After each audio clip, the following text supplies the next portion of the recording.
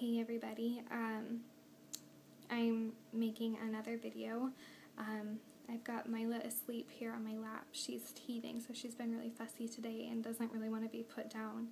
So I wanted to go ahead and make a few videos while I had a free moment. So I am using my iPhone, so I apologize for it not being very good quality or anything else.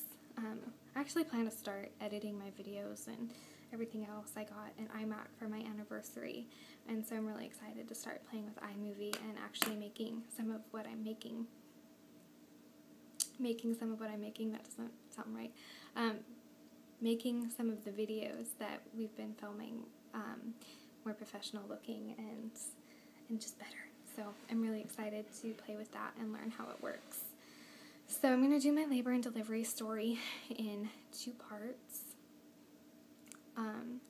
So it was the 30th of July when everything started.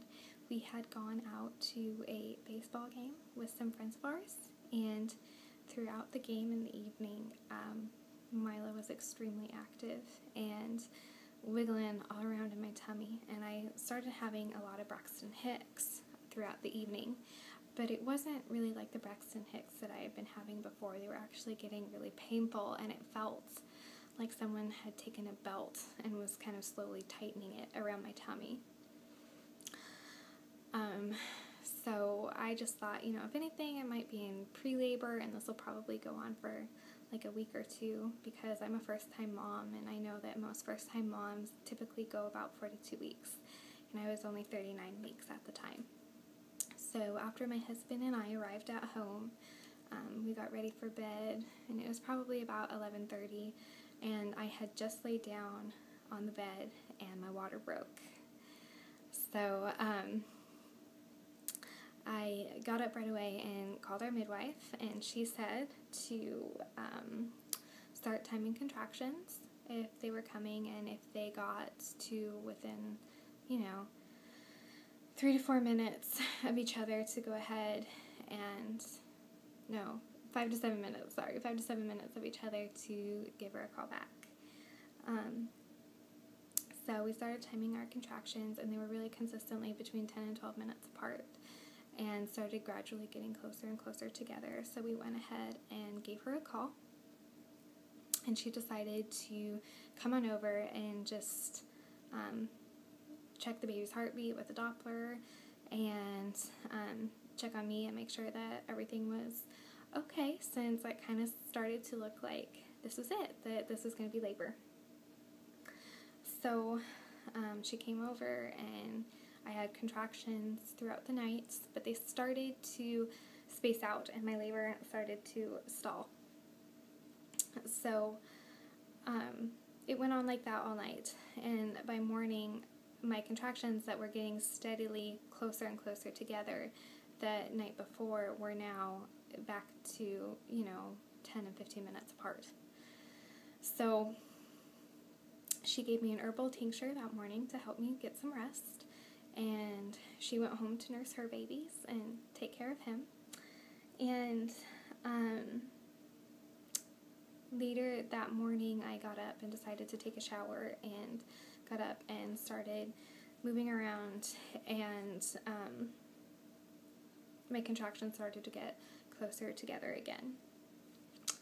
And she had checked me a couple times at this point to see how dilated I was, and I was progressing, but it was really, really slowly. It was maybe a centimeter in like 4 or 5 hours that I was progressing at this point. So things went on like that throughout the day, and it was like early afternoon, I guess, that I started to have back pain. Bad back pain. And it wasn't just during contractions, it was between contractions too.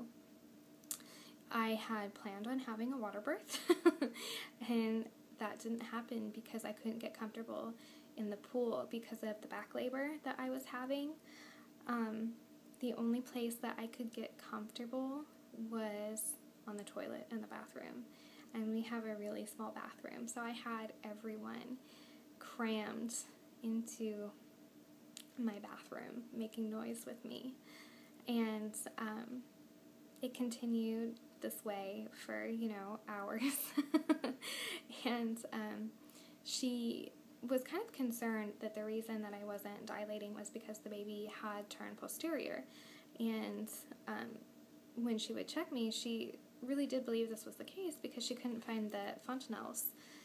But the baby still felt anterior when she would palpate my stomach. So we weren't exactly sure what was going on, so I did knees to chest and, worked with the birth ball and did some of the positions that would be necessary for turning a baby if they were posterior. And nothing helped. My back labor just got worse and worse and worse. And I know they say that transition is supposed to be the most intense time of labor, but it is also supposed to be the shortest time, so that when you're having a natural birth, it's easier to cope with. Transition was the longest period of my labor, so I had really intense pain for hours and hours and hours.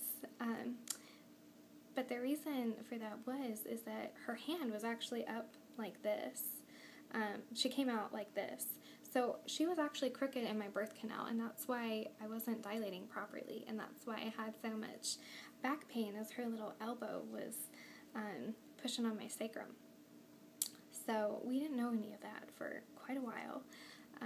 I never fully dilated. I got to 8 centimeters when I started getting an undeniable urge to bear down and push. So my midwife went ahead and checked me, and she said, you're not all the way dilated, you still have a cervical lip, but you are stretchy. So if you do feel like you really, really want to push, I'll go ahead and I'll help stretch you so that she can come down through the birth canal. And so we did that, and I pushed for over 2.5 hours. And because of the back labor, I couldn't get comfortable in any one position. And I really, really wanted to give birth on the birthing stool since I couldn't have my water birth. I really thought that would be amazing. So I kind of had stations set up in my room where I would go from being on my back in the lithotomy position to the birth ball, hands and knees draped over the birth ball, to the birthing stool. And so I would push 2 or 3 times in each place and then move once the pain in my back became too unbearable. And unfortunately, it ended up that where I had the most progress and had the most counter pressure to my back was laying in the lithotomy position on my bed, which was how I wanted to avoid giving birth, but for me that just ended up being the most comfortable, so that ended up being where I stayed. So after 2.5 hours, I was able to push her out, and you guys who have been following me, guys and gals, sorry, know that I really truly believed I was having a boy. And so when it came time to check her gender, I was like, what? It's a girl? I was so shocked. But my midwife said she thought the whole time that she was a girl just because her heart rate remained so strong throughout the whole labor and birth. So I think it was about 10 or 15 minutes before I pushed out the placenta, and I did have a small hemorrhage. So I did have to have a shot of Pitocin in my thigh to stop the bleeding. It looked like to my midwife that part of the placenta had started to lift before I was able to push it out, so I did bleed quite a bit. But everything worked out. I had an amazing team of people taking care of me, so they got it stopped and got everything taken care of. We were able to leave Mila attached to the placenta for, I think it was almost 3 hours, which I thought was really, really awesome. We put the placenta in a bowl, and everywhere she went, we would just pick the bowl up and it would travel with her. So she was able to get all that really awesome blood from her placenta and from the cord. So I think that was so cool. That was something that really meant a lot to me, was to keep her attached. And let's see, she was born July 31st at 10:52 p.m. She was 20 inches long and weighed 7 pounds and 2 ounces. And she had no jaundice whatsoever for, the first week of life. She did have a caput on her head where she was sitting in my pelvis funny and was trying to dilate my cervix but couldn't really get that done.